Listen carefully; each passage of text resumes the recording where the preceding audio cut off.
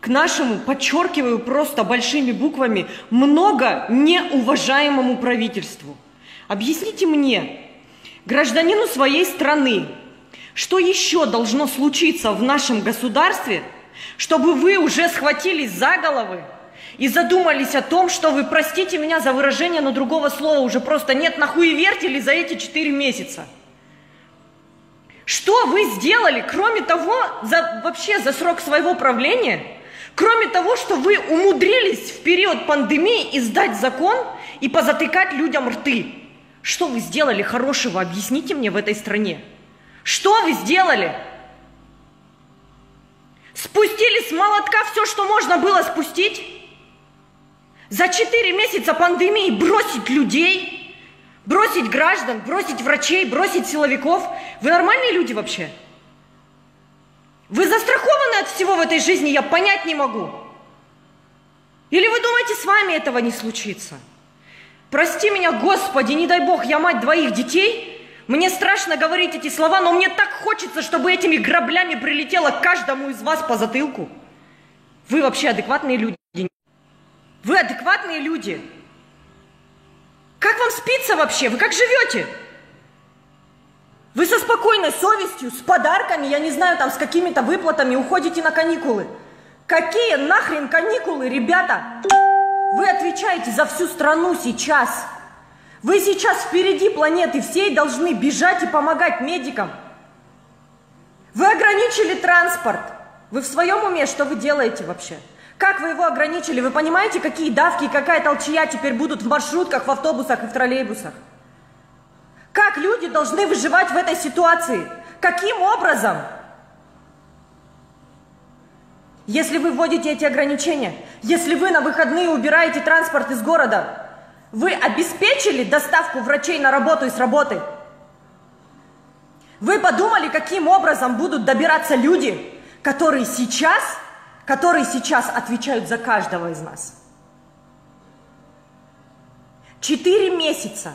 Почему все нормальные страны и все нормальные государства готовились к этой волне, строили больницы, закупали медикаменты, закупали средства индивидуальной защиты, готовили дополнительные места в больницах, разворачивали еще какие-то, я не знаю, учреждения? Что сделали вы? Что сделали вы? В страну зашли такие средства. На эти средства можно было не одну больницу построить.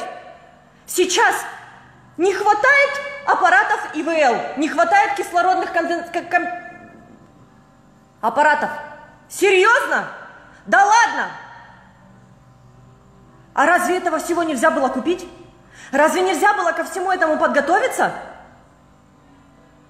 Где? Ответьте людям, где деньги, которые зашли в страну? Почему сейчас умирают молодые ребята, которые действительно, сука, защищали Родину? Ребята, силовики, которым за их работу вообще надо в ноги кланяться, мы их хороним.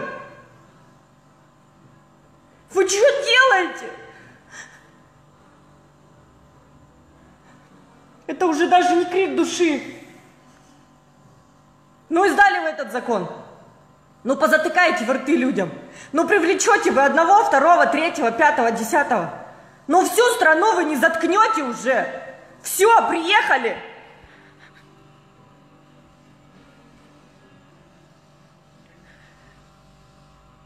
Скинули средства на цены, на гребаные тесты. С 2400 на 1600 сомов. Смилостивились. Вы нормальные? Вы нормальные?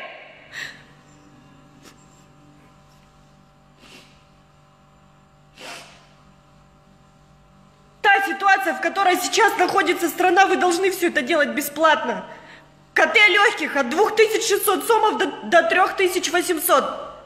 Как люди, откуда у людей деньги после того, как они все это время просидели в карантине, без зарплаты, без заработка, без денег? Откуда у людей сейчас на это средства? Откуда? Где этим матерям, у которых сейчас болеют дети и родители? Где людям брать на это деньги, чтобы сделать этот гребаный тест, чтобы сделать это КТ легких? Где люди должны брать деньги на то, чтобы покупать кислородные концентраторы? Где? А мы нормально все у нас. Мы на каникулы уходим, смотришь фотографии из зала. Счастливые сидят, улыбаются, друг другу руки жмут. Круто вообще. Нет, ну да, конечно, с такими-то бабками мы себя и вылечим. И концентраторы купим. А простым людям что делать? Что делать простым смертным, объясните? Я сейчас все это говорю, а у меня дома мама и 2 детей. Маме 66.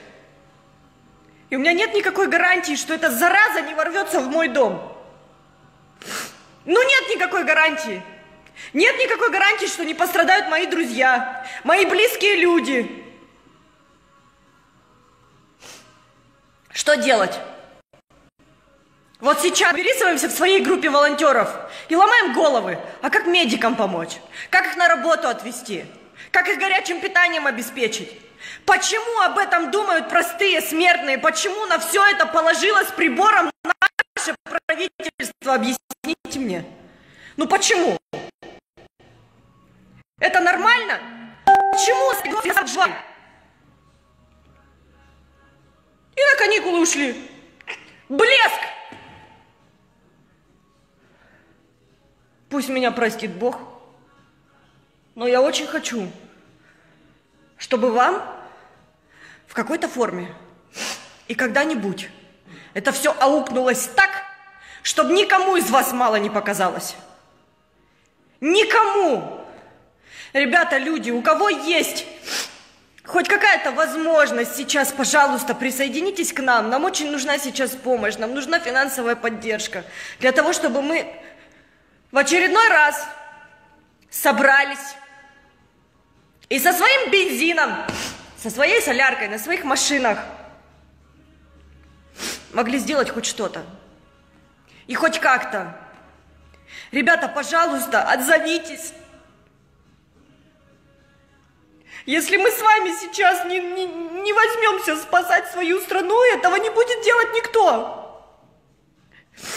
Ну просто никто. Сигнал глушат. Да пусть глушат.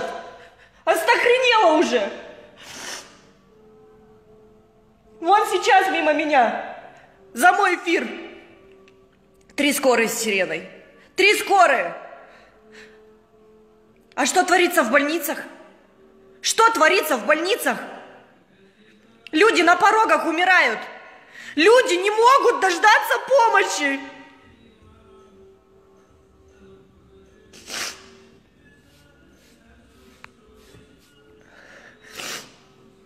Это какой-то кошмар. Это беспредел.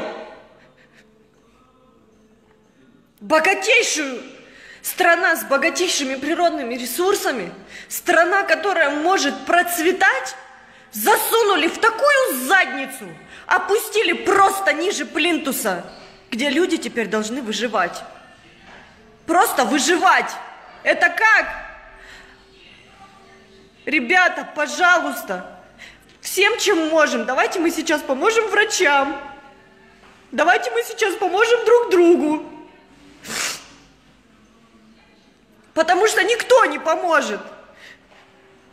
Ну просто никто.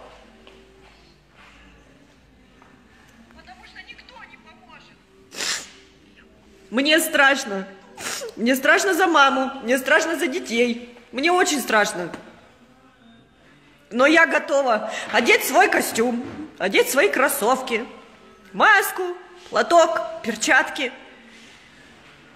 И со своими ребятами сесть за руль и вести горячее питание, вести врачей на работу, помогать людям. Давайте, наверное, мы уже возьмемся за все это и будем вытаскивать друг друга и свою страну из той задницы, в которую нас засунули. Потому что это наша Родина. И потому что так жить уже невозможно. Потому что это кошмар. Потому что страшно думать о том, что сейчас люди сталкиваются с такой ситуацией, что дети не могут проститься с родителями, которые умирают. Родители не могут проститься с детьми, потому что бушует вся эта зараза в стране.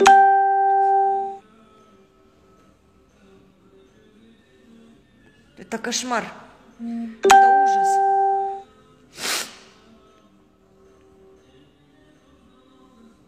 Очень хотелось бы проснуться в одно прекрасное утро, посмотреть в окошко и сказать: Господи, это был страшный сон. Но, черт возьми, это реальность. Страшная, адская, противная реальность, в которую мы все попали.